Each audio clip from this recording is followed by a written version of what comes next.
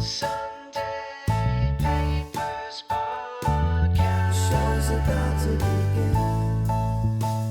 With Craig and Mike and all their lives that you're listening to Sunday Papers Podcast. Read all about it. Read all about it. Paper, hear ye. Get your latest Sunday paper. There we go. We're off. Here Just we like are. That. Just like that. We're off. How safe do you feel in this city now with all the federal firepower here? Not at all. And, you know, the thing What? is, like, I look to Trump for my personal safety, and I feel like he's let us down. There's not a single Navy person. There's not an Eagle Scout. There's not Air Force. I mean, we had upwards of 3 cars damaged. I'm the opposite. In fact, we don't even have to talk about it in stories if we just want to casually talk about it now. I'm the opposite. I get home and my president's telling me the whole city's going crazy, and you wouldn't know it. And I'm looking for it, and I can't find it. Yeah, I don't see it. My son was downtown that night. Didn't even notice it downtown. It was 10 miles south of here. And then a lot of very peaceful protesting. I was at a high school reunion in Massachusetts, and they're like, over the weekend, and they're like, oh my God, what's happening at your home and all? And eventually like, yeah, but it's like, there were like 2 protests in 2 different, like, and everyone's going. And I'm like, you know, the county I live in has more people than the whole state of Massachusetts. Right. It's very, you can't, and you and I talked before the podcast about, it was the same with the fires. Like when the fires were pretty under control. Meanwhile, it would say it was like, 70%, 30% contained.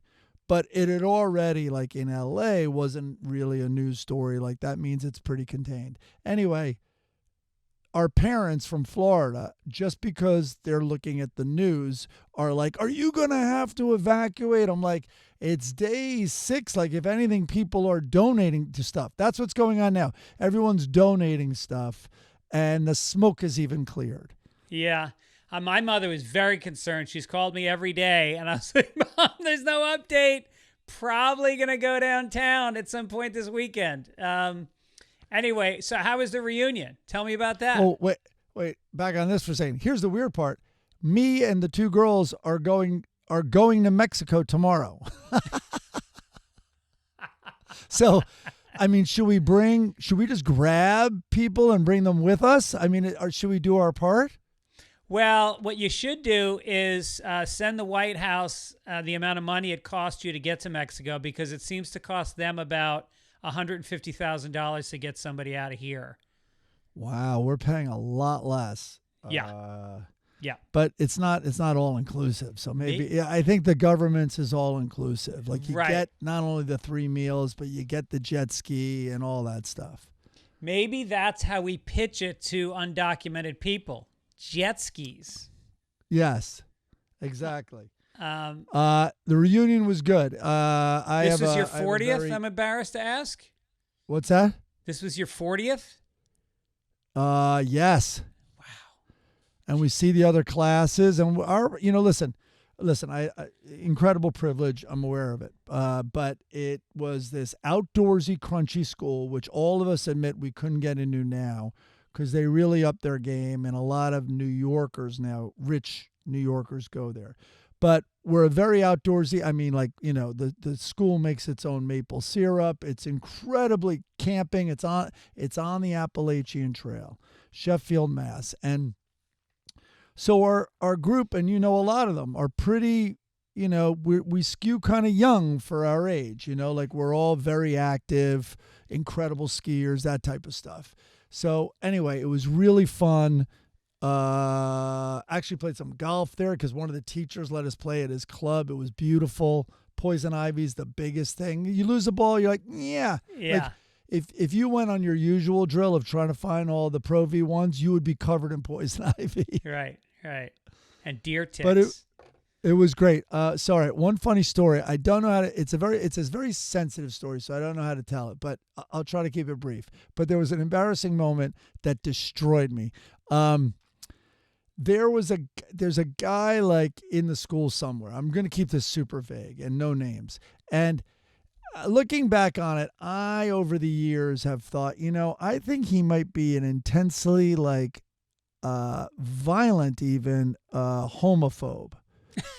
Just based on stuff that he and I knew each other and were close, and not close but friendly, and so he would tell stories of like what would happen on vacations, and sometimes he'd come back and like knuckles would be all swollen in this, and he's like, yeah, a gay guy like jumped me, but like after the second time you hear that story, you're like, wow, you're really a victim pretty often in these equations, and it's always a gay guy? Huh? It's always a gay guy that jumps him? Yes. Yeah. 100% of the time. Yeah. Yeah, no, right. In New York. So anyway, so I share this story among our tight friends, and these will remain nameless too, but one So I share that story, and people are like, wow, yeah, like you're right. And it's like, yeah, now we've all seen a bazillion murder docs, and we kind of know the type. Like there are maniacs like that who intentionally attract, all this is conjecture. But we all were like, wow, and talked about it. So this guy shows up, and we're really on our way. There's probably some mushrooms in the mix, and gummies and alcohol and all that. And then our friend gets a tap on the shoulder and turns around and I'm going to make up a name and says like Jimmy, or let's say his whole name, like Jimmy Johnson. And the guy's like, what? No, it's Mark. And Jimmy Johnson is the gay poster child from our school. Jimmy Johnson was the gayest thing, and I was from New York, was basically the gayest thing I'd ever seen. Great guy. And I'm making up the names, of course, but he was in the drama. He was the lead, he was the lead in every single play. He only hung out with the drama teacher. Like we didn't even have enough gay kids to fill up the whole drama thing at this boarding school. But this guy was a powerhouse and an unbelievable guy. The homophobe looks exactly like him now. But no way. But to turn around and say that, and so our friend goes, "Oh yeah, no, of course," like in the most awkward, and keep in mind, like definitely a confluence of drugs that make you paranoid, like, oh no, and then like really tries that, no man, it was just I thought I saw him earlier today, and hey man, yeah, no, how's it going, and really tries to backpedal. And the guy, the homophobe, answers a question or two and then goes, you call me Jimmy Johnson? And our friend goes, I literally, my fists clenched because I thought I would have to put up my dukes and block a barrage of incoming vitriol. Oh my God. But like you could not, and I know this doesn't translate that well, picture your own story where it's literally the last name out of a million that you would ever say in that moment. That's what it was. Right. Oh, that's amazing. Yeah. You guys should have all gotten together and each called him that at some point during the night. No, I literally think we would have been killed in our sleep. Yeah. Wow. Yeah.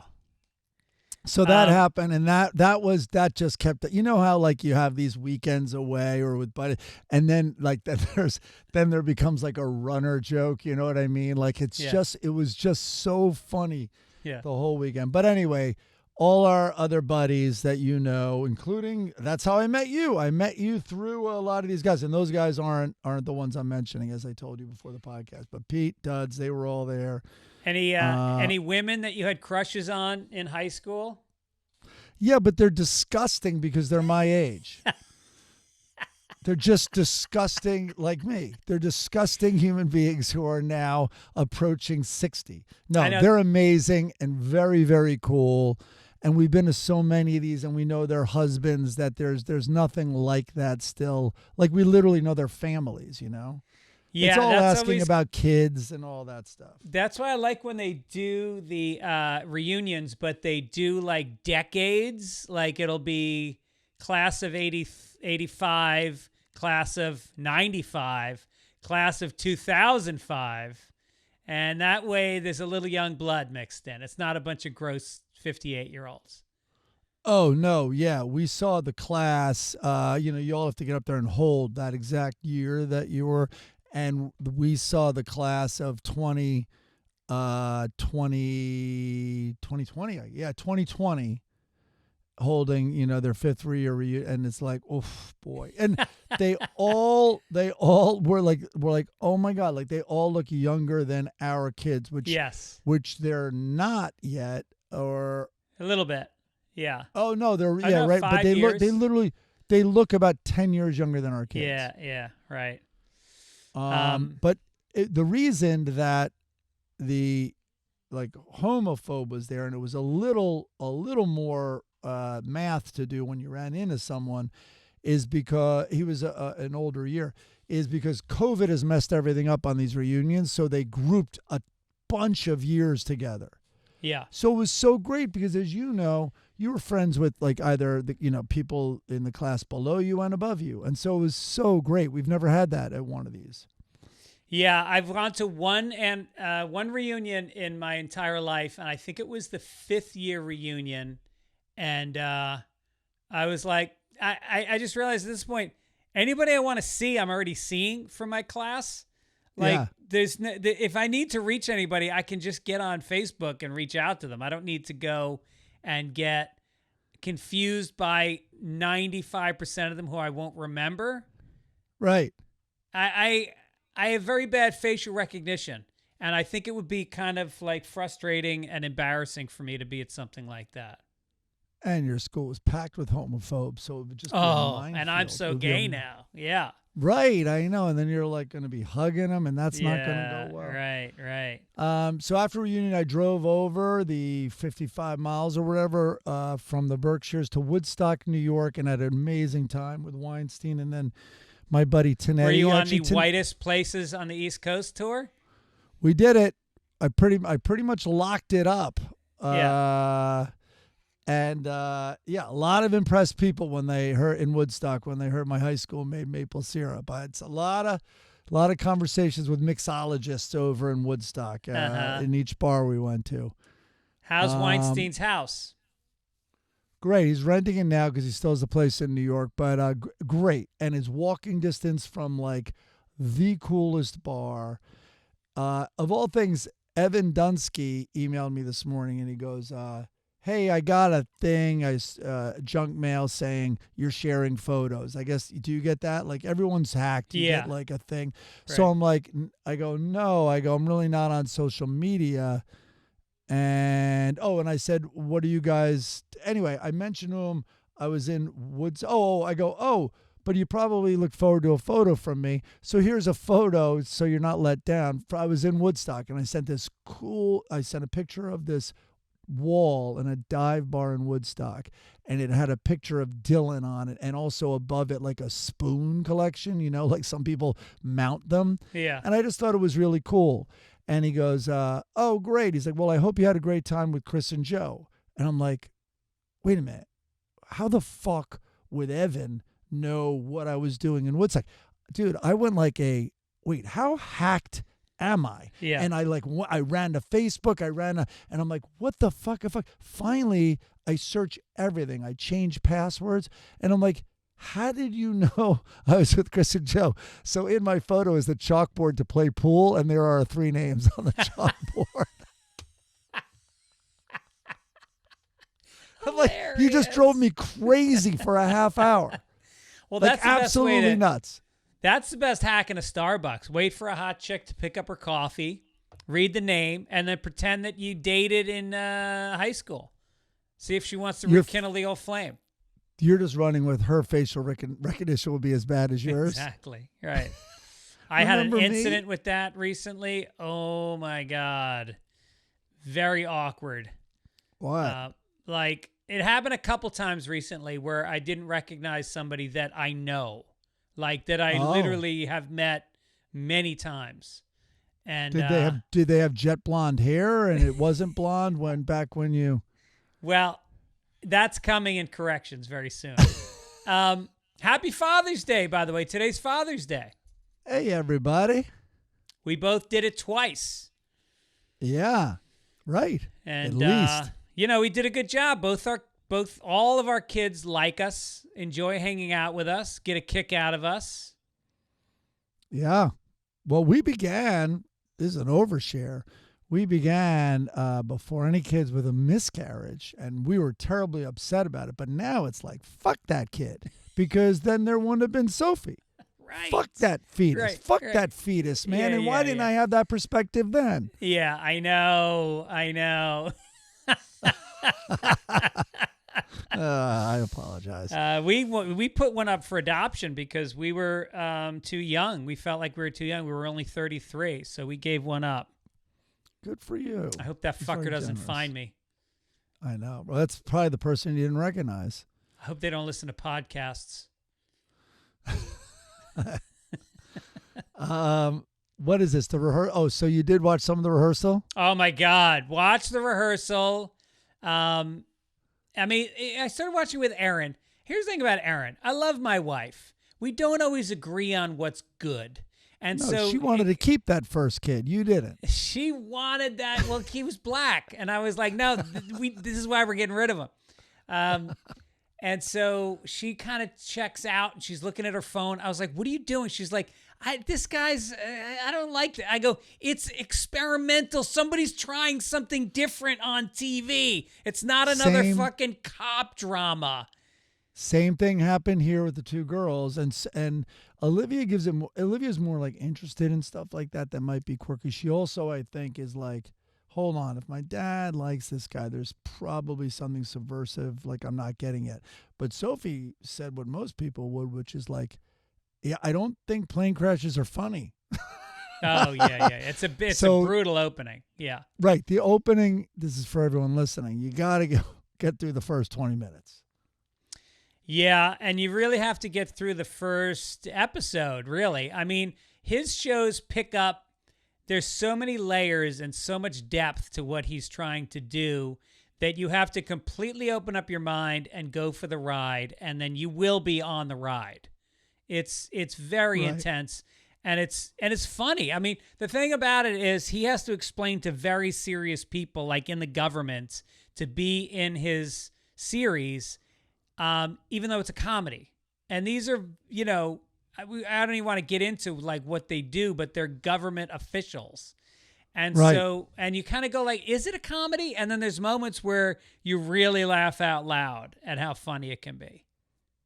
Oh, they're dying laughing by the time we got, especially where it gets more and more absurd. Yeah.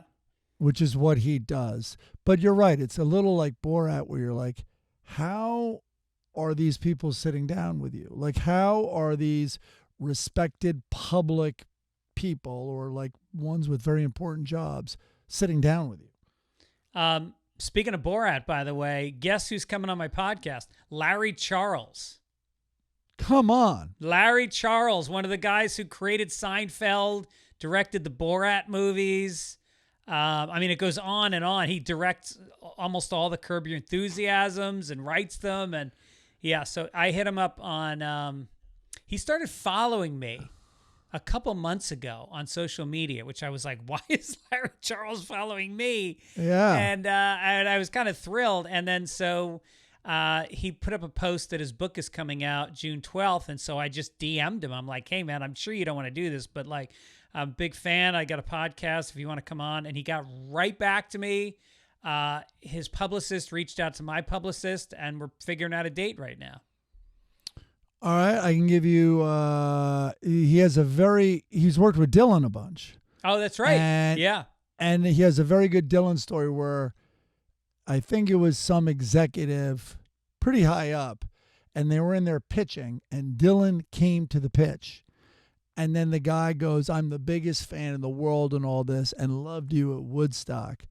And Dylan then Charles, I think, talks about, He sees Dylan kind of think about that for a second, and then Dylan never made eye contact with the guy again. Dylan was not in Woodstock in like the festival. And apparently Dylan just went over and looked out the window for the whole rest of the pitch. But I am really abbreviating it. I probably have half of it wrong. So you got to do a little research and find that story because he told it, I believe. That's good. Yeah. We got the U.S. Open going on. By the time you hear this, it may be over, but my cousin Denny is playing in it. I've got $150 cash at 200 to 1. How's he doing so far? Well, full disclosure, we're recording this on Wednesday. The tournament starts on Thursday. I thought it was Thursday today. Oh, so I can still bet. You can still bet. Sophie, come here. So say a prayer. Keep an eye on him. Hopefully he plays well this week. By the way, it is Father's Day, and the sale is over, but it's not too late to get the 5th anniversary merch. We just got this nice email from Scott who said, just purchased my T-shirt through the site. Very impressive choice of merch. Nice job. I really love it. I'm already buying some more for my friends. So jump on it. Hats, cups, coasters, tote bags. What else? I got to get a hat. Still haven't gotten it. Jesus. What are you wearing? This is what? Oh, Hilton Head Bicycle Company? Yeah, I was doing when I toured with Bert, everywhere you go with Bert gives you merchandise. It's a plantation. You have to bring an extra suitcase when you get on the tour bus with Bert, because literally every stop people just show up and give you shit. And then he likes to walk around towns, and he'll go into like a sneaker shop, and they'll be like, "Oh, take some sneakers. They're our brand. Just wear them." You know? Yeah. And like, you know, every arena we did, like we did the Magic and Orlando Magic, they gave us jerseys. We did wherever we went, we just got shit. Anyway, the logo this week is from Jane S. Jane S. I'm afraid she's mad at us. Jane S. used to send us stuff all the time. She's come to live shows. She's I would call her a close friend of the show. All she does is supply us with stuff. I don't know. She hasn't reached out lately, so I hope you're good, Jane S. Thank you for this great Sunday Papers logo. McDonald's. Wait, are you under the impression Jane hasn't given a logo in a while? It's been a while, yeah. I don't think that's true. Oh, no, we've used hers because she at one point sent us about 50. So I have them in a folder. And I pull from them when I need them. Okay, so this logo, as maybe everyone has already seen when you press play, McSunday Papers. We're two clowns there. But this is like, that should be our game, is if someone does a reference to last week's show and puts that reference somehow in a logo, you and I both will not remember what it was we talked about. Exactly. Well, this was done a while ago, but it says, you've got a paper that says Mike Gibbons at the top. My newspaper says Greg Fitzsimmons on it. Like, it's very detailed. And then in the background, she's got a comic, a Sunday comic playing. And then she has morphed our faces into the Ronald McDonald's hair. It's pretty extraordinary when you think about it. Yeah, I like it. Yeah. Thank you, Jane. Thank you, Jane. And thank you to Blake Levon, who did this week's song. It had it makes me think a little bit about our obituary this week, because it's got some Beach Boy kind of harmony thing going on. It's very mellow and very nice. I like it a lot. Great. Yeah, we lost two legends. Yeah. Corrections. We got a phenomenal amount of this correction. Apparently, jet blonde is not a color. I mean, I gently tried, but a few times, but okay. I think people expect more from you, Mike. I think they want you to really dig in. Oh, is this a correction for me? Yeah. Now they've given up on you. They're like, you didn't try hard enough. Yeah. It's like I'm the lifeguard now. They're not blaming the drowning man. Right. So it makes it sound like someone who doesn't know what they're talking about. Do Do you know how many times you've said Jet Blonde in your telling of the friend who made fake IDs? So not only have I said Jet Blonde, I'm telling the same stories over and over again. So a lot of those. Thank you for pointing it out. And then I also, last week we talked about the early podcasters because Mark Maron is saying goodbye on WTF. We talked about how it was one of the first podcasts. We've mentioned a couple other. Oh my God, I took Ritalin this morning because I'm writing on somebody's script right now and I'm exhausted. Crashing, huh? And so I neglected to point out other people who were the first podcasters. Former MTV VJ Adam Curry. That kind of rings a bell that he was an early podcaster. And then Jimmy Pardo. I don't think I mentioned him. And and the most glaring was Joe Rogan, who's been doing it for I think longer we did than talk I have. about Rogan. Oh, we did? talked about Okay. Rogan. Yeah, we did. Well, I guess not enough for some people. And then we also talked about other people early on. But yes, Jimmy Pardo is a good ad there for sure. It's funny I see Adam Curry's name because Mark Goodman, remember that? Remember that guy? He's on Sirius XM now. I hosting the know. show. So I my rental car came with that. So I just heard that guy's voice for the first time in 20 years. He sounds over the young. weekend. He had a very radio friendly voice for sure. See, I love Sirius XM because you've got classic vinyl and classic rewind, and they're both classic rock stations with old school DJs on them. You know, what's his name is on there? Well, Meg Griffin is on there, and she hosts a show about the Beatles, and then she also just does a show on classic vinyl. And then that other guy who's been around forever, why am I forgetting his name right now? But, you know, they tell stories. Like they'll play a song by Van Morrison and then they'll talk about seeing him at the Fla Festival in 71. And, you know, they'll compare him to somebody new who's coming up and say, you know, well, he's a lot like, and they bring personality to it. They bring a vibe to it.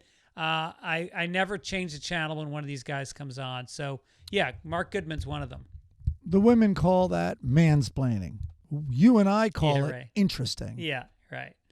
Another correction comes from Carol, who says, Sinner, I talked about last Sunday's podcast. I was talking about Sinner, who ended up not winning the French Open this past week. Okay, dude, I have not seen it, but everyone tells me I'm crazy if I miss it. 6 hours and something minutes. It was insane.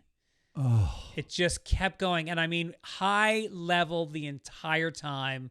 Alcaraz at one point was down 2 match points. He was down in the third set that he saved and then went on to win the next 3 sets. So anyway, I said he was 6'6", but Sinner is 6'3". Also, Rafael Nadal's last name is pronounced with a short A sound, not a long A. It's Nadal, not Nadal. I think it's Nadal. Nadal. What did I say? And who wrote that correction? Carol. Carol. See, we have female listeners. Oh, I hope you don't get a correction on that one. We don't know what Carol is like. Tour dates coming up. Torrance, California at the end on June 29th. Austin at the Mothership coming up on July 4th weekend. Pottstown, PA, Soul Joel's, July 31st. Point Pleasant, New Jersey at Uncle Vinny's, August 1st and 2nd. La Jolla Comedy Works at the end of August. Then Denver, Connecticut, Vegas, Chicago, New Orleans for Skankfest, San Francisco. Go to fitzdog.com. Check out the details. Get the tickets. Come out and say hello. You got some crinkleage? Let's do it now. Yeah. What? Yeah. Here we go. We are skipping the tremendous riots that are right outside our door and going to, this is your story. Interesting. Twix. TWIX. Recently released. Can I just say, as far as candy bars go, I think Twix might be my favorite. All right. Well, we could come up with lists of favorites. Kit Kat I is don't up know. there, but Twix just really does it for me. When I was a pudgy kid, I felt Snickers had the most bang for its buck, even if I was shoplifting. But I remember when Whatchamacallit came out. That Oh, one yeah. blew me away. I That was loved marshmallow that one. and chocolate, right? I don't know, but it had the Rice Krispies in it. Oh, or whatever you wanna yeah, call it. yeah. Oh, no, I'm thinking But I of was never a Milky Way guy. I think Three Musketeers was disgusting. too fluffy. Too fluffy. Ugh. Yeah, I want some nuts in there. I want some caramel in there. I want it to Almond weigh Joy. something. I want a heavy candy bar. This is what I really wanted. I know I sound like a chick, but I wanted Mounds is dark chocolate. Almond Joy was milk. I wanted a dark chocolate Almond Joy. So I was always unsatisfied. Reese's Cups, I think Reese's Cups and Twix Oh, are probably.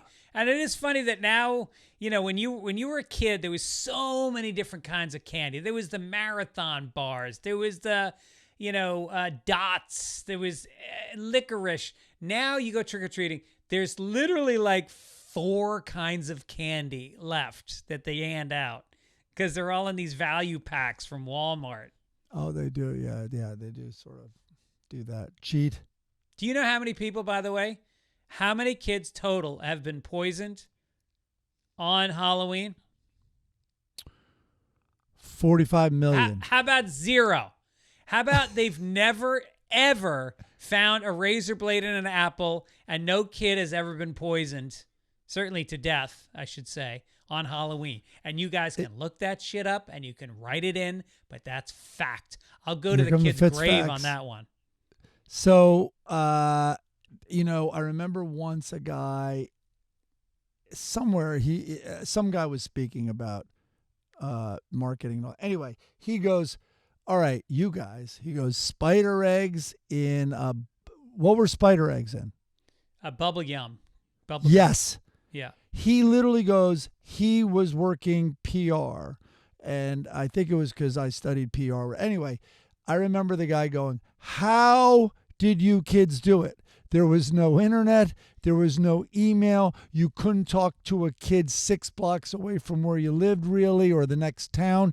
Yet it spread like wildfire all over the country because it reminds me of the razor blade in an apple. Yes. But the spider eggs and bubble yum, he's like, killed us. Like Yeah. we had to work overtime to try to undo this crazy rumor. 1982, Tylenol was poisoned. How many people died? I mean, and this incident is the reason why we have paper. You Tamper-proof. open a fucking jar of honey and it's got the paper. You open any kind of baby anything, it's got the paper glued on. Because of this, how many people died total from the Tylenol incident? Wasn't it just one isolated incident in Chicago and maybe they got sick? It was 7 people died, but it was 1982 in Chicago. That's right. So my first boss was the head PR guy on that Tylenol scandal. Really? Yeah, a legendary PR man in New York named John Scanlon, and my dad, through the Irish cultural mafia, knew him, but got me an interview, and it was so coincidental when the Imelda Marcos thing came in. But anyway, I was hired that's my first job in 6 months. But I mentioned that to Olivia. She's taking a PR class. She's like, what do you think we'll study? And I'm like, well, the funny thing was in that interview, I sat down and I go, we studied you in school. He's like, what? And I'm like, yeah, the way you handled Tylenol. He's like, how the fuck would you study that? He was just such a New Yorker. He's like, how the fuck? He's like, my name was in a book. He's like, how the fuck would you study that? And I literally told him, he's like, yeah, we did do that. We did do that. Like set up a phone bank, full disclosure, don't hide, 24-hour availability. And then what you said, we're going to change all of our packaging because of one fucking lunatic Yeah. in Chicago. Well, I mean, you think about when you've got these competitive situations, like, why isn't there more sabotage against the other products? It's that easy to take a product down. I'm surprised that, like, think about Coke and Pepsi. Like, remember when Pepsi put the pubic hair on Clarence Thomas's Coke can? They were out of spider eggs. That's right. Anyway, Yeah. Twix recently released a humorous ad promoting its twin-fingered chocolate sweet treat. Who's writing this article? What are you, fucking Walt Whitman? This is AI. But some stuffy viewers failed to see the funny side. As a result, the playful ad was swiftly banned by the Advertising Standards Authority for promoting dangerous driving. The short ad centers around an intense car chase on a desert road. To evade his pursuer, the lead driver veers off a cliff, looking like he's going to die, but he lands upside down on a getaway car driven by his twin. Sadly, after And it's an identical getaway car. So the whole twin two-thing tie-in. Sadly, after 5 complaints, the ad was banned, with the ASA citing that it appeared likely to breach the legal requirements of the highway code. Twix stated that this was absurd, fantastical, and removed from reality and would be impossible to recreate. So, This is insanity. I mean, Kay Jewelers has been encouraging people to get married for 50 years. Those ads don't go off TV. Weren't there lizards and fucking alcoholic dogs shilling Budweiser? That's right. Like, Spuds weren't McKenzie. they throwing parties? Yep. Wasn't there a pig driving to market in a car for a car insurance ad going like, wee? I remember that one. That was recent. That's right. And you know what would be really hazardous for them to show is a human being consuming a sugary processed candy bar that was made in a factory in New Jersey. That should be. That's what it should be. Yeah. Corona is one of the sponsors of Fast and the Furious. How about that? A beer and alcohol. Well, look at the Indy 500. Every single car has Budweiser on it. And they celebrate by pouring champagne on each other. After the keys are out of their hands. Yes. That's ridiculous. That's so. All right. You want to know what one of the biggest headaches of working in TV is? You get standards. It's called S&P, standards and practices notes like that, where you're like, I don't even know where to begin this conversation. Yeah. That is so. Of all the things I thought you might give us a note on, like how. And that's before AI, which is going to cough up a lot of weird things that aren't logical. But it's like, how did you even come up with this angle? Yeah.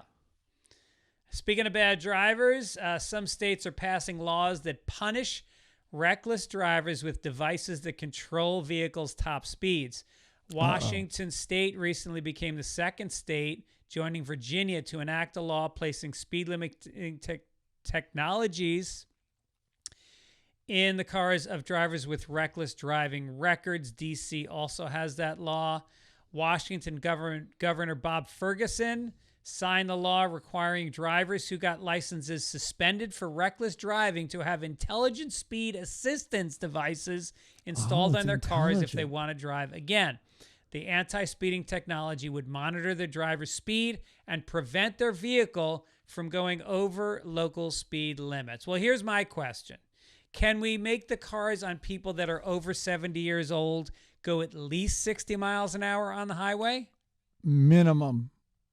I told you in so many areas I want a cop out there with a speed gun pulling people over for going too slow. Well, that's a thing. If you're going less than 5 miles, maybe it's 10 miles below the speed limit, you can get pulled over. It's ridiculous. I kind of assume that your Mustang's already been capped. It should. I know how you drive it. I know how you like to burn off a little, not only fuel but steam. My car has a digital readout of what your current gas mileage is based on the last, 50 miles that you've driven.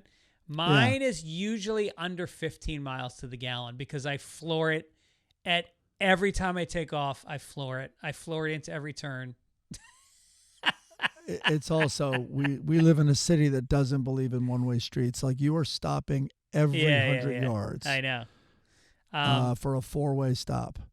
I mean, this has got to sting if, like, you're some guy that bought, like a a 500 horsepower Porsche 911, and now they stick it at this. It's like Brad Pitt getting married. You can just, it doesn't seem fair. How?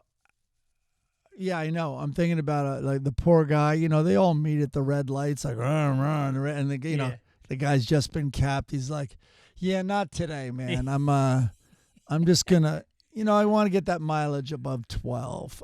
So I'm gonna like gradual takeoff today. Yeah, I just want to enjoy this. How are they doing this?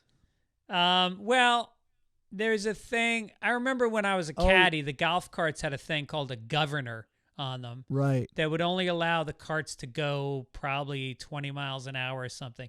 So U-Haul also. Oh, is that right? I remember, I don't know if it was U-Haul specifically, but I think it had to be. But I remember rental trucks they had a governor on them, I think. But there was this one kid who was a caddy, who was a motorhead, and you could lift up the body of the cart and the engine was underneath it. And I'm not making this up. The carts were made by Harley Davidson. And he would move the governor, and then we would take the carts out. There was a woods that had paths in it, and we would take the golf cart into the woods on the path and just fucking fly around. It was insane. You didn't need a Mustang. You just got to get that kid to soup up a golf cart for you. That's right. Wow, that's wild. FEMA. Okay, President Donald Trump said on Tuesday he planned to start phasing out FEMA after hurricane season and that states would receive less federal aid to respond to natural disasters. He said he planned to distribute disaster relief funds directly from the president's office. So I guess he'll decide who gets what. We're going to do it much differently. I'd say he said after the hurricane season, we'll start phasing it out. You mean after Mar-a-Lago is no longer in the danger zone? That's when you'll start phasing it out? Good point. So, I mean, and they say now there are, hurricane season starts June 1st, lasts through November. And this year's Oceanic and Atmospheric Administration forecast that this year's season would be above normal with as many as 10 hurricanes. That's going to be tough just naming that many. They're literally going to get to the point where we have to name each one after Elon's kids. That's good use. Yeah. Keep Elon in the mix. Yeah. I like that. Hurricane L6C is coming up the coast. Well, according to Trump, California is a complete disaster, so maybe he won't send more federal support here, which I think that would be a good thing. Well, how about this? Just forget about us. Yeah. And we'll forget about you. We'll forget to mail in the $48 billion surplus that we give the federal government over what we receive. We're a giver state, and now he's trying to tell us that even the little bit that we get, we're not going to get. I think we got to rethink that. And I think Gavin Newsom actually brought that up. So, the donor state thing, of course. Yeah. Texas is not a donor state, for example. All right, it's time. What, Texas? No, Texas is a donor state. No. Yes. Turns out it's not. Really? You think it is? All right, I think we're it going is, to do yeah. entertainment. I'm going to look it up while you do it. Here we go, entertainment. No, you forgot the ethical question. All right, here we go. Ethical question. Okay, I got one for you. Oh, where is it? There it is. It was a little related to kind of the topic in my reunion story. Many years ago, I had a brief relationship with another young man. We had sex once, and he wanted to continue, but asked me to keep it secret because he was in politics. I was a hot-headed gay activist, and I refused on principle, ending the affair. He went on to become one of the most prominent politicians in his country. By the way, I don't know if that's a typo. Maybe it's this country, but it says his country. It's this country, and he went to your high school. He was a single man for a long time, but when asked about his sexuality, he denied being gay. He eventually married a woman and lives a putatively heterosexual life. I am a writer. Is what happened between us my story to tell, or is it his story to, quote, still hide? Is he entitled to privacy? Am I obligated to keep his name a secret, even though I didn't agree to do that with Mark Sanchez? I'm kidding. Even though I didn't agree to do that at the time. And when asked to keep it quiet, I refused. Name withheld. He's not even saying his name. He's not even saying his name. Maybe because you'd figure it out. Hilarious.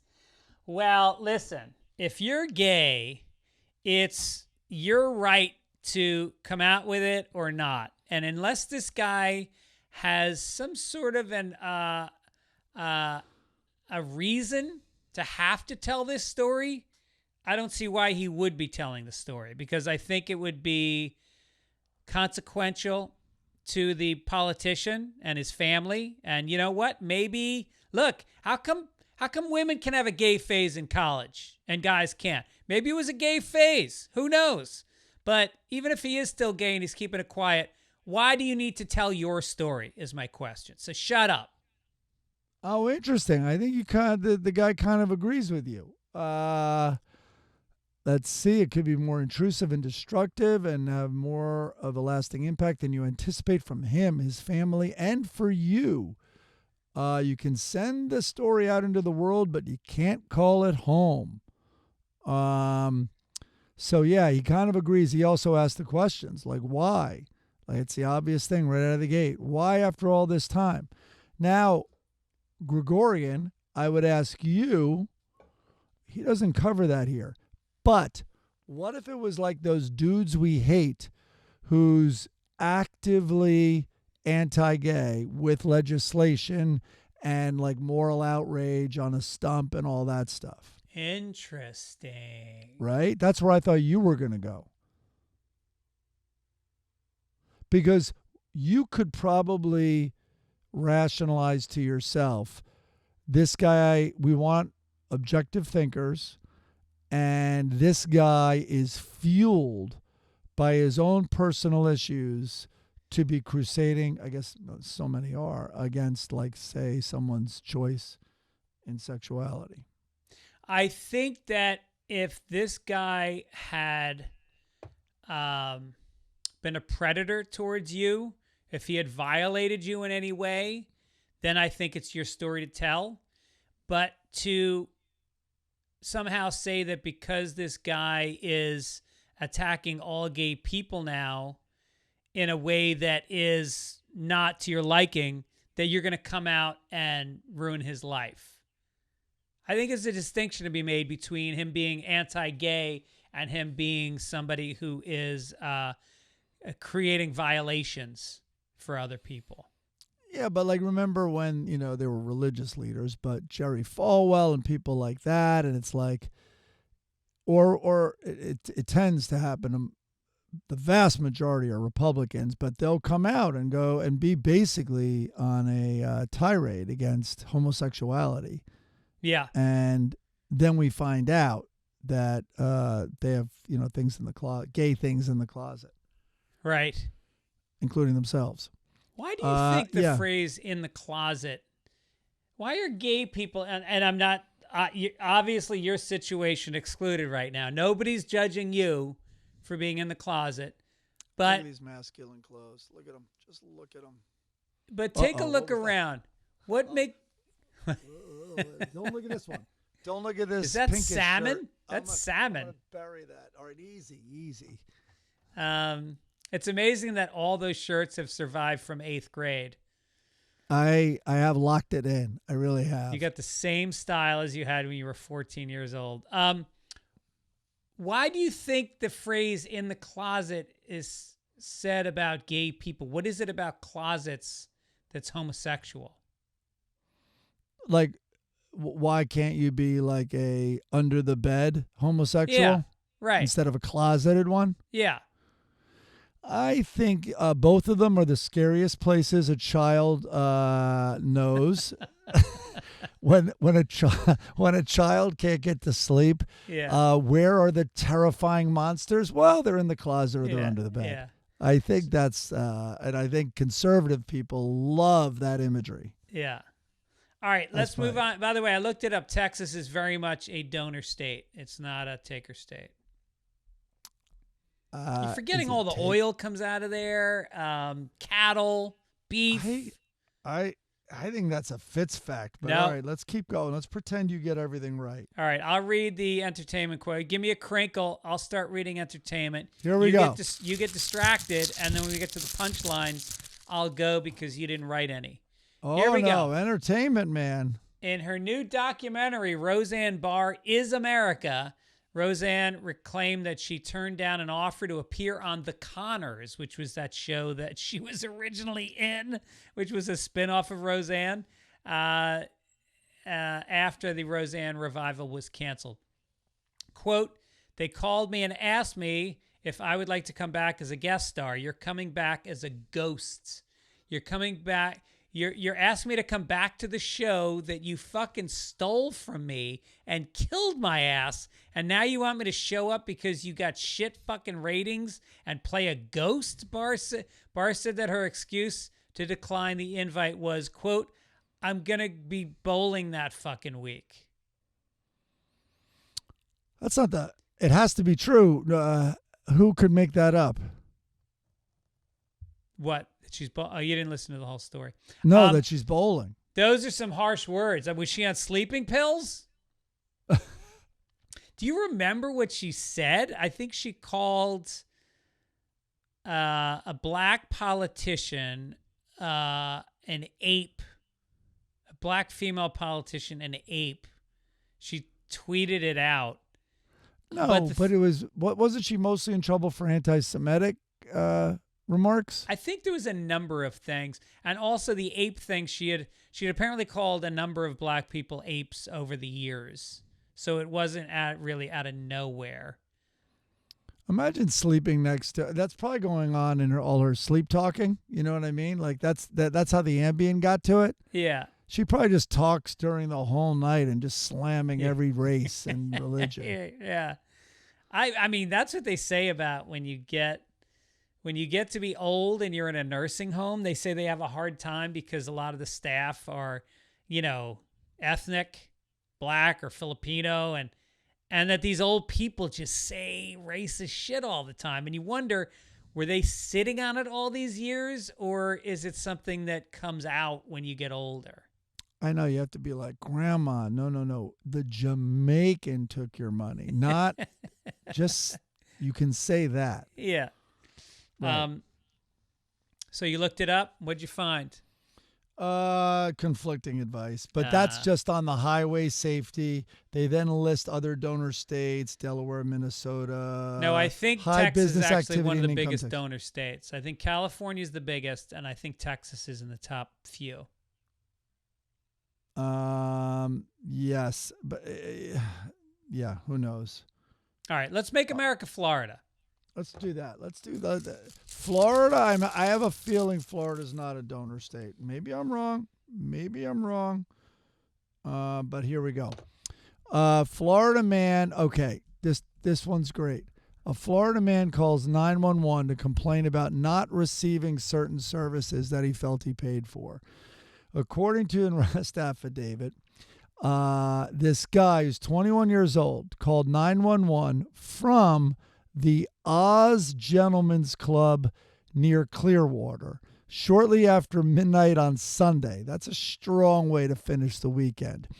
Deputies say the guy told dispatchers to, quote, come take me to jail, then explained that he paid a worker at the club for sex but did not receive the services.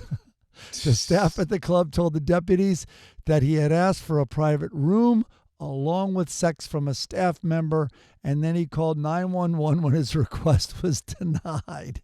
Investigators also noted that he appeared intoxicated and smelled of alcohol as they arrested him on a charge of misuse of the wireless 911 system, and he paid a $500 bond and was released. Well, Yeah. at least somebody gave him a release when he paid them $500. I think he's also going to get more action when he's in the cell, the holding cell. It's holding. Yeah. It's called holding for a reason. You're going to be held call down. it a lap dance cell. I mean, you go straight there. Yeah. By the way, how do they smell alcohol in his breath inside the club that has alcohol on its floors, its counters, in its glasses, on its dancers? Every witness, exactly. But I love that. Imagine, calling 911. I love that from inside the strip club. Yeah. I mean, in An emergency. in a Florida strip club, I mean, even the cops must have said, "Hey, sweetie, he gave you the money. This is fucking Florida." He just identified as a hardened criminal at that point. There you go. See? All right, let's make America Kentucky again. This one, he didn't even know we're doing this show this early in the week. Came from Dickie. So a Kentucky man, all right, these, I have to confess, were so poorly written. I tried, normally I cut and paste. Like that one, I told the story in a different order and I delayed the reveal. I gave up on this one. It was so poorly written in the New York Post and on Barstool. Anyway, a Kentucky man known as Cowboy Cody, he released a raccoon into a packed restaurant in a misguided revenge plot. So this guy, Cowboy Cody from Kentucky, he let loose a terrified raccoon in a bar out of revenge for being turned away from the establishment Friday night. And then they arrested him on a slew of charges, including assault after the raccoon was in there. But this was the confusing part. This guy is a character, clearly, Cowboy Cody. He's a character in that area because he had already been banned because of the, quote, drunken mule incident. Wait, was he drunk or was the mule drunk? We don't know. He led the police on I think it has to be italicized, chase when he was drunk on a mule, and he went into the city or town nearby and literally led the police on a chase on a mule. Which, by the way, is the first time a cop on a horse ever caught a criminal in the history of cops on horses. So I guess he was banned from the mule incident, came into the bar, and then he goes, quote, I came out from around the bar. Oh, no, the bartender's like, I came out from around the bar and asked him nicely to leave. And then he said to me, oh, I see how it is. They sent a pretty face out here to distract me. And then he left and he went and he got his raccoon.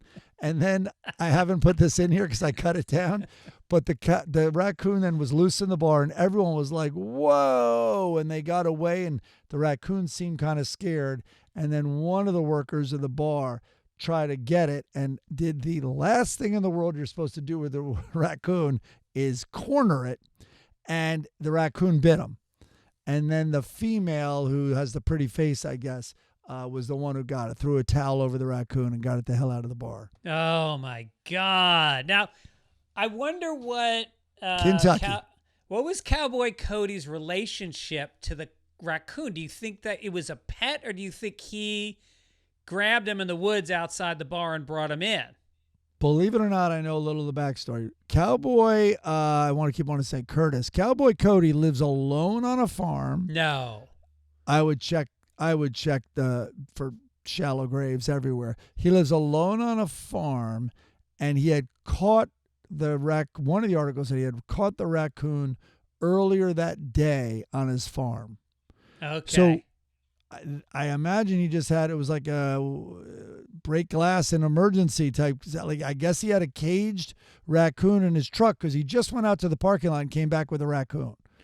I mean, also, how did he move it? How did he get it in the That's bar? my question. I'm trying to picture this because I grew up with raccoons. Like, we had raccoons all around our house. They went through our garbage, and they are vicious. Like, I don't know that a human being ever picks up a raccoon. Well, they're cute as hell, but oh, they're very cute. There's a lot of Instagram. The algorithm knows I like cute raccoons, and I see a ton of people. They have them as pets, and they feed them on their back porch and all that stuff. But yes, of course. And then the guy who was bit had to get a rabies shot. Yes, I think if you feed it on a regular basis, you might domesticate it. But he just met that raccoon that day. I don't think, you know, I don't know. Well, there's that old saying about locking your trash that use a combination lock because they'll pick a key lock. Like, that's how smart and clever they are. Yeah. Speaking of smart and clever, let's get down to this day in history. This day in history, here it comes. All right. This was not an easy. Also, as a reader or a listener, as a listener has brought up, we're on repeat. And so you may have gotten some of these, but I don't think that's going to affect your ability to get them right at all. One quick note also. A lot of people have complained that there's been a ton of ads on the YouTube channel. Oh, no. That had nothing to do with us. YouTube, we had 2 insert spots allowed on the show, and then YouTube basically changed everybody's podcast, and their AI started just inserting ads. There was literally like a dozen ad inserts in the episode. And meanwhile, we're making pennies. We make very little money from YouTube. So anyway, our producer went in, the great Chris Denman, and reset the playback now. So it should only be 2 ads an episode. Nice. Yeah. I can't believe he had time with all his sort of counter protests that are going That's on right. all over the country. Yes. Okay, so there's a lot of birthdays. I just thought this was fun. Chick Corea, George H.W. Bush, David Rockefeller, and Anne Frank. So George H.W. Bush, President of the United States. Chick Corea, American musician. Anne Frank, what do you think they call her? What birthday? David Rockefeller is, by the way, called American Banker. Oh. What's the nickname for Anne No, Frank? what's the description? Like Anne Frank, not Anne American Frank, Banker. What would she be? Holocaust not survivor? German diarist. I think she deserves more than that. Good thing she wasn't a diarrheaist, or they would have smelled something up in that attic. German diarist. That's the best. Maybe, yeah. AI is going to improve some things. All right, and that's she was one born, if she was up in that attic in 1939, and she hit puberty up there. So that's Wait, 13. what does 1939 mean? What does that mean? Saying, well, World War II is going on, so she was probably hiding in 1940. So you go back 13 years, that would make it 1927. Have you created your own question? I haven't asked a question about Was it. she born in 1927? Close, 29. Okay. But that you just did that all on your own. I like Yeah. it. When do you think she died? 1943. You're 2 years off on everything. 45. Damn, she was up there for a while. No, I think that one of the sad things is it was very, very close to the end of like they were. But I think she didn't, I think she died of malnutrition and illness and being incredibly, Yeah. incredibly sick. Okay. All right. Okay. What year did Boris Yeltsin become the first popularly elected leader of Russia, then part of the Soviet Union? Basically president, but he was elected. So give or take 5 years. 93. Oh, 91. Nice. All right. Gregory Peck was, no, you fuck. He died. I don't want to do that. That's not fun at all. So we're going to go to Raiders of the Lost Ark. It was released in theaters on this weekend in what year, give or take 5 years? 1980. Good Lord, 81. Nice. I I was a freshman in high school. I remember not liking it. The baseball, I know. I didn't like it that much either. It just seems so derivative, which of course was the idea. I get it. But anyway, the Baseball Hall of Fame in Cooperstown, New York, held its first induction ceremony. Can you name one of the names on the first induction ceremony? Abner Doubleday. Well, you know what? I shouldn't. That would be like a Fitz fact. They named 3 names that they say were among the inaugural class. I don't have the whole inaugural class in front of me. Babe Ruth, Ty Cobb, and Honus Wagner are the names they have here. All right, give or take 10 years, what year was the Hall of Fame, the first induction ceremony? Name the 3 names again. Babe Ruth, Ty Cobb, and Honus Wagner. 1948. What did I say, 10 years? Yep. 1939. Killing it. No, 4 for 4. You are killing it. All right, now it gets really... all right, after a 14-week trial that became a media circus, American pop singer Michael Jackson was acquitted of child molestation charges. Give or take 3 years. What year did that happen? 2000. You know when he died? 2014.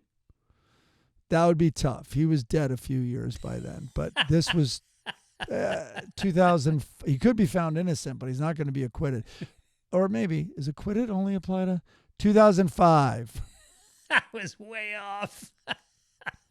You sure were. All right. I told you why I know when he died. I think it was right 2009 because Daniel and I were in the first season of Tosh.0, and it was a night where it was like, if you don't kind of get a good rating this week, we're canceling the show.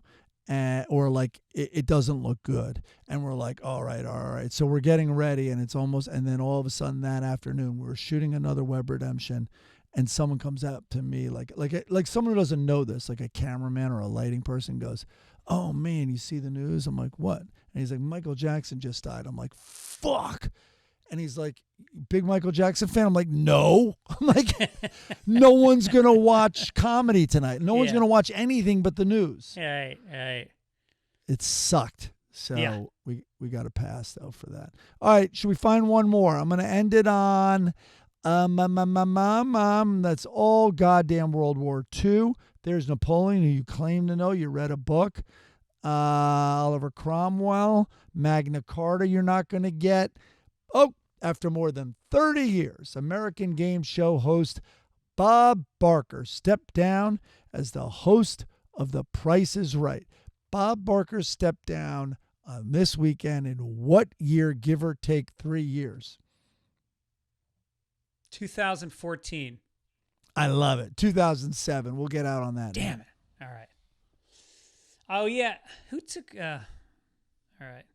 All right, let's get to obituaries. This is... give me a crinkle on this. A sad, slow crinkle.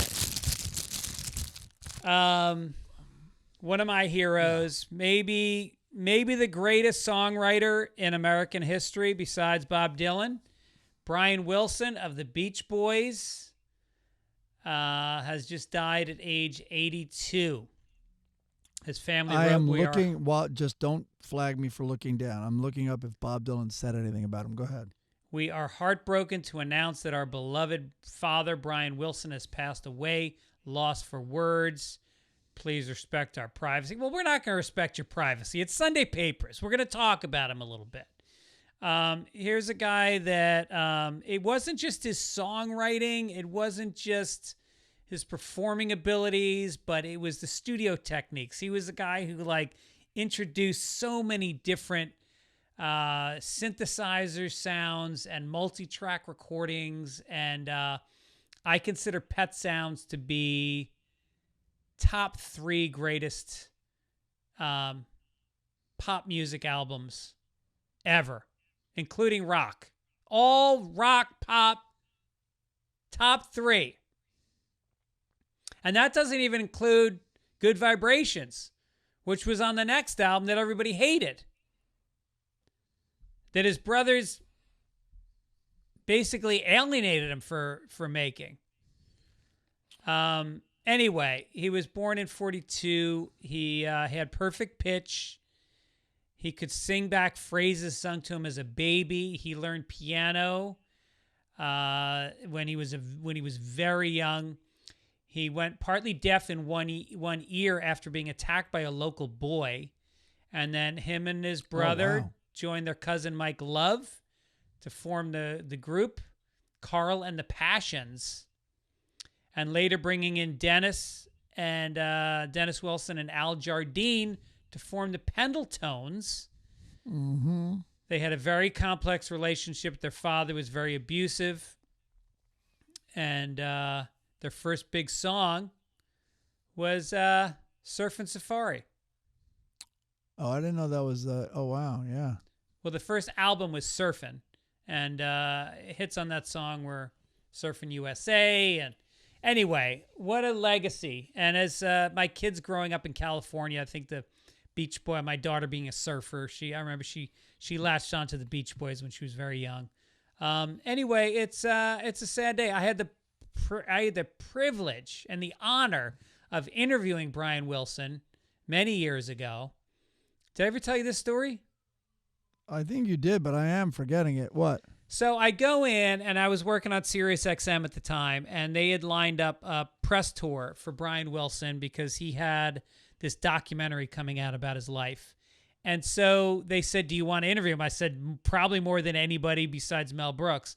And so and they go, just to warn you, he's a tough interview. So I show up, and there were about 6 other people that were there, and we had an hour, and we were each supposed to get 10 minutes to interview him. And I was last. So I'm like, oh, this is fucked. So one guy goes in, and he's asking him questions, and we could hear the interview, and everything was yes, no answers. He would not elaborate on any responses, and so literally each guy was lasting like 4 minutes, 3 minutes. And then I get in there, and I started asking him really obscure questions and really specific questions from his life about lyrics. And he opened up, and we ended up having there was an extra 20 minutes. So I ended up interviewing him for like 20 minutes.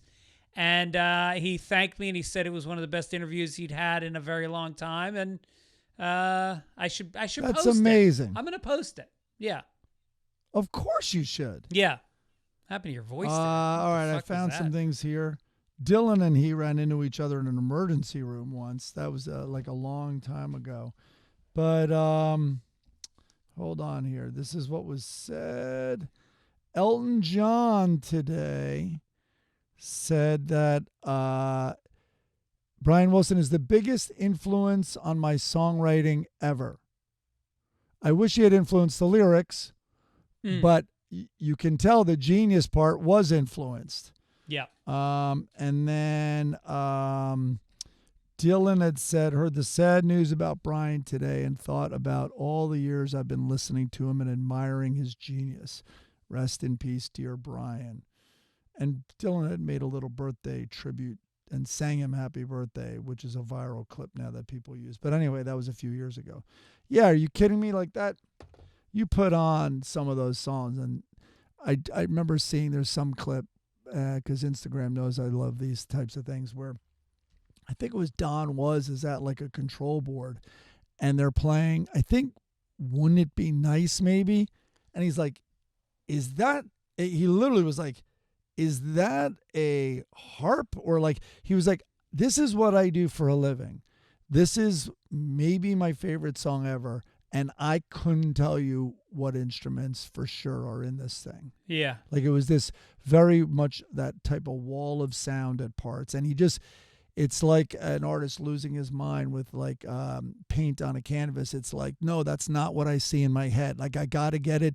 I got to get what I'm hearing down, and what he was hearing was insanity and beautiful, and it took doing these crazy breakthroughs in producing to achieve. Yeah, when they were doing Pet Sounds, they literally had this big recording studio that had a few different rooms, and they were all filled with instruments, but he had so many other instruments. They were going down hallways, and they were putting microphones in hallways. Like there was so much going on. It was a circus. All right, let's cheer up. Well, we should also mention Sly Stone, another, of course. I think, undisputed genius of music. So we don't have to go into like we don't have to, hit you over the head with two genius obituaries. But man, on YouTube, one of the funniest. I mean, Sly Stone was to me, and I think we talked about this recently. He's like a Prince or a Hendrix who just seems to have been dropped here out of a spaceship. Yeah. And is so also musically gifted. You're not like anyone else. And he was just unbelievable. I started watching the documentary on him. It's relatively new. I think maybe even It's called, ironically, Sly Lives. oh really? Yeah. Questlove did it. Yeah, Questlove did it, Yeah. but it's really great and focuses a lot on like the issues of the times, especially race stuff. But boy, on YouTube over the years, I've found him on Dick Cavett, which was this, like a very intellectual Johnny Carson type show, and he would go on there a lot and was hysterical, and then play with his big band. So go check that out. He was so slick. Funnies. Funnies, let's cheer up. Here it Week goes. in and week out, we give you a caption. No, we give you a comic, and then you come up with a caption, and you send it in to us. We judge it, we tear it apart, and then we reward it if it's the best one. Send them in to fitzdogradio@gmail.com. Please put your name directly underneath your punchline. And if you win, we send a koozie directly to your little home, wherever you live. Maybe it's a big home. I think a lot of our listeners have little homes. First one. This is the comic is a line of 5 guys standing behind a urinal. There's one guy who's peeing, and he's looking over his shoulder. The 4 guys behind him are all doubled over. They got their legs crossed. They're grimacing. They're all dying to pee. And then this guy is just standing there hogging up the urinal. Jason Cobb said, the takeaway from the industry conference in Vegas seems to be gonorrhea. All right. I had a gonorrhea piss once. Now, does it take a while or it just stings? It more than stings. It's acid. It's acid coming out of you. That's what it feels like. And it's pussy. Right. And it's brutal. But you get a penicillin shot and it goes away right away. All right. Okay. You can't have sex for a day. Mike Fritsch said, once again, Phil's stage fright was causing backups all the way to the 405 while at the Dodgers game. That's a long way from the stadium. Jeff in PA That's 4 riots says, away. pressure pushing down on me. There goes the algorithm. David Harriman says, the guy pissing says, sorry, fellas, I was born with an extra small urethra. Okay. That's the female P-tube.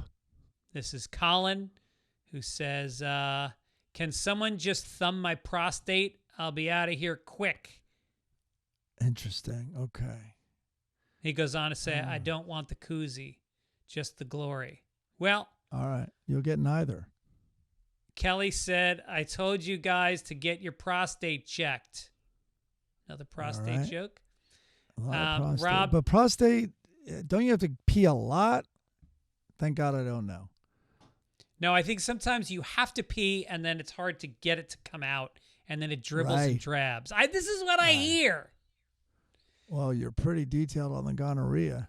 Rob Steinley says, Bob, for fuck's sake, we're back in the office. It's a 3-shake limit. We're back in the office. Okay. Sean Johnson said, brothel innovation, gonorrhea, and charge for the head. What? I don't know, but How did that make All it in right. the script? okay. Ron said, cocaine making men fake pee since 1973. Except I don't All think right. it looks like he's doing cocaine. Rich Kennedy said, a line forms after a costume mishap at a Taylor Swift concert inspires chaperone dads to take care of some personal business. Rich, very wordy. Kind of a fun idea, but Jesus. Yeah, it is kind of a fun idea. Yeah. Sean says, listen, Jamal just peed before me. Listen, period. Jamal just peed before me.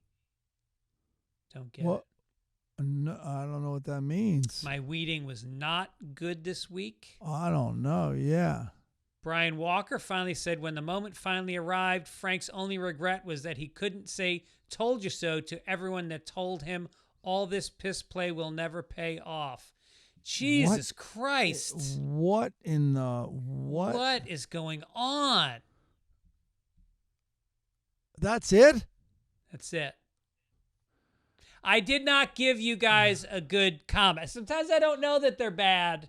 Sometimes they don't inspire nice, easy punchlines. Yeah, but this is what you have to do. Coming from a comedy writer, and I know everyone can easily say, well, then do it. But some things are really hard, like any captions, even for the New Yorker and all that stuff. So what you do when they are hard and everyone agrees which ones, you'll be like, all right, because in this one, it could be anyone's thought. It doesn't really look like anyone's talking. And so it could be the first guy, the last guy's kind of cute with the eye roll. It could just be about the situation, which is what a lot of people did here. But you can find a way, I think. Yeah, I think. Why is there only one urinal? I mean, that could be an Yeah. area. Yep. So, All right. no winner. All right. No winner this week. Sorry, everybody. Thank you for sending Thank you them for all in. the submissions, though. Yep, we appreciate the effort, and I blame myself. I fall on my own sword on this one. Oh. Next week, well, I forgot to pull one for next week. Well, hold on. Let me grab one. I have one right here. Next week's looks like this. Wait, I have an idea. We could just take one of the captions off of an existing comic here. No, With I got Loretta. one. I got one. Oh, okay. There's a guy walking he's standing at the bathroom door in boxers and slippers. He's got a receding hairline. There's a woman in a towel who's inside the bathroom facing him, and she's got her hairdryer up as if it's a gun, and she's saying something to him. She looks angry. He looks surprised and maybe scared. I don't even see it, and I'd be like, don't move or I'll take another 2 hours. There you go. Are they And getting we're ready off to and go running. out? I don't know what it is. Okay. That's next week's. All right. Now let's get to the pros. Hagar the Horrible is sitting with a woman who is a gypsy or a mystic or a soothsayer or a crystal ball woman, whatever you call this person. And she says, I see you in the Shield and Boar Tavern. You're loving the food. You order many courses. You tell your friends it's the most delicious meal you've ever had. And then he says, that sounds like a paid advertisement. And then you cut to, they're in a tent, and you hear her saying, my tent rent doubled. So I guess That's she's doing paid That's pretty advertisements. contemporary. Yep. Yeah. I guess if she were a good fortune teller, if she really saw into the future, I think that she would picture her alone in a tent with a Viking ending in sexual assault. I think she would have a vision of I'm surprised Hager's that. even paying. I'm surprised he's even paying. Yeah. Yeah, all right. Now we get down to Lockhorns, and Leroy is sitting on the sofa with Loretta. He's got a book in his hand or a computer, and he goes, I'm not ignoring you, Loretta. I'm just not paying attention. Or I'm not paying attention because the price is too high, Loretta.